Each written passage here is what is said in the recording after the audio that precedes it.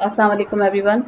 अच्छा, आप लोगों में से कुछ स्टूडेंट की ये क्वेरी थी कि उन लोगों को जो है वो अपना SPSS की फ़ाइल जो है वो इंपोर्ट करना नहीं आ रही थी। ठीक है, आप लोगों ने गूगल फॉर्म में अब जो फॉर्म बनाया था और उसके रिस्पॉन्सेज आ गए थे, तो वहाँ से एक्सेल शीट तो अगर आपने डाउनलोड कर ली है अपने डेस्कटॉप के ऊपर, तो फिर उसका बहुत ही आसान तरीका होता है कि SPSS पे ईजिली जो है वो sheet as it is move हो जाए। हम 2-3 तरीके से इंपोर्ट कर रहे होते हैं। मैं आपको थोड़ा सा ईजिली बता देती हूँ कि क्या क्या चीज़ें हो सकती हैं, हमें क्या क्या करना होता है। फॉर एग्जांपल ये एक मेरे पास एक्सेल फाइल की शीट है जिसका नाम मैंने रखा हुआ है बिलाल वर्क। ठीक है, ये समझो कि मैंने गूगल फॉर्म से अपने पास डेस्कटॉप पे डाउनलोड की है। पहले हम इसको देख लेते हैं कि ये एक्सेल की ही शीट है कि किसी और फॉर्मेट पे। ठीक है भाई, एक्सेल की शीट है, हम इसको बंद कर देंगे।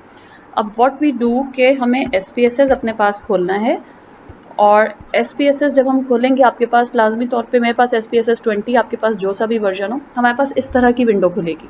ठीक है, देखो एक्सेल शीट के अंदर पहले ये समझो कि एक्सेल शीट में और SPSS में थोड़ा सा डिफरेंस होता है, हालांकि देखने में एक जैसी होती हैं। कोई भी एक्सेल शीट को जब हम ओपन करते हैं तो हमें जस्ट नंबरिंग नजर आ रही होती है और उसके पीछे कोई भी कोडिंग नहीं होती, कोडिंग हमारे माइंड में होती है।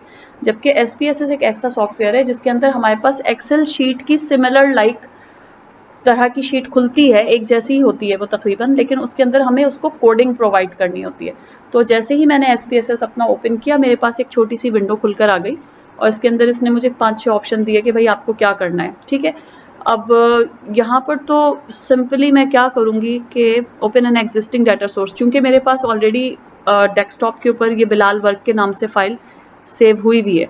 ठीक है, तो मैं देखती हूँ, देखें XLS के अंदर से। अच्छा, ये चूंकि फाइल मैंने पहले से उस पर भी की हुई है तो मैं सिंपली इसको यहाँ से बंद कर दूंगी। ठीक है, और जाके अपना डेस्कटॉप से सिंपल इसको एक्सपोर्ट करने की कोशिश करूँगी। सही है, डेस्कटॉप पे गए और मेरे पास थी बिलाल वर्क के नाम से। अब देखें, चूंकि मैंने आपको बताया था कि मेरे पास ये वाली फाइल मैंने पिछली क्लासों में चूंकि स्टूडेंट्स को ये इंपोर्ट करके दिखाई है, तो इस वजह से मेरे पास SAW, याद रखिएगा कि .SAW जो है ना वो SPSS का फॉर्मेट होता है। ठीक है, तो मेरे पास ऑलरेडी SAW फॉर्मेट के अंदर वो हुई हुई है फाइल ना, तो मैं चूंकि दोबारा इसको रीसेव करने की कोशिश कर रही हूँ तो मैं इसलिए XLS फाइल के ऊपर क्लिक करूंगी। ठीक है, और मैं अपने SPSS में बताऊंगी कि ये जो XLS फाइल है इसको SAW फॉर्मेट के अंदर कन्वर्ट कर दो। ठीक है, तो मेरे पास खुद ब खुद ही ऑप्शन आ जाएगा SPSS statistic.SAW वाला। यहाँ पर हम इसको ओपन कर देंगे। ठीक है, ओपन कर देंगे तो ये हमसे एक और छोटे से विंडो ओपन हो जाएगी और इसमें ये हमसे पूछेगा कि रेंज क्या है आपके कॉलम की और रोज की, किस रेंज से किस रेंज तक।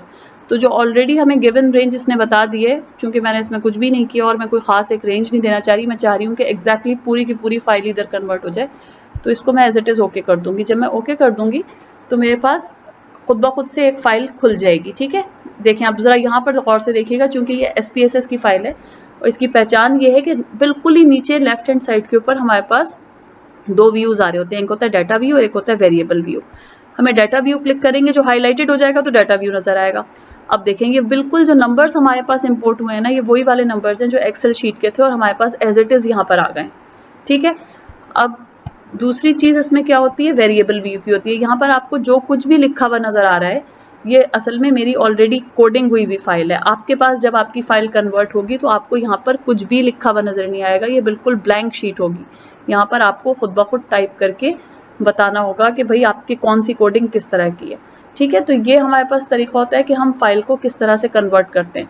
अच्छा, अब आप लोग मुझे खुद ही से बताएं कि आप लोगों को यहाँ तक अगर आ गया है और कोडिंग करना आ गई है तो बात बनती है, फिर हम आगे बढ़ जाएंगे। और अगर आपको कोडिंग करना और फाइल ही इंपोर्ट करना नहीं आ रही तो फिर मैं इसी तरीके से एक वीडियो बना के आपको पूरा डाटा किस तरह से कन्वर्ट करते हैं और किस तरह से फाइल में कोडिंग की जाती है, और कोडिंग के अंदर ये जैसे हर कॉलम है, नेम, टाइप, विड्थ, डेसिमल, इसके अंदर क्या क्या चीज़ होनी चाहिए, डूज एंड डोंट्स क्या है, नॉमिनल जैसे डिस्क्रिप्टिव होता है हमारा, उसमें सब में ये बहुत इंपॉर्टेंट चीज़ होती है। मेजर का जो कॉलम होता है ना, इसमें सारे डिस्क्रिप्टिव के ऊपर मेजर्स लगते हैं, और जितने भी नॉन डिस्क्रिप्टिव होते हैं ना, जिसमें आपने लाइकर्ट स्केल वाले क्वेश्चन बनाए होंगे, उसके ऊपर आपको यहाँ पर स्केल लगाना होता है। लेकिन नेचुरली जब हम डाटा कन्वर्ट करते हैं तो ये सब नॉमिनल में शो कर रहा होता है। ये तो हम जब कोडिंग करेंगे ना तो फिर हम बताएंगे कि भाई कौन सा मेजर किस क्वेश्चन के ऊपर लगाओ, क्या करो।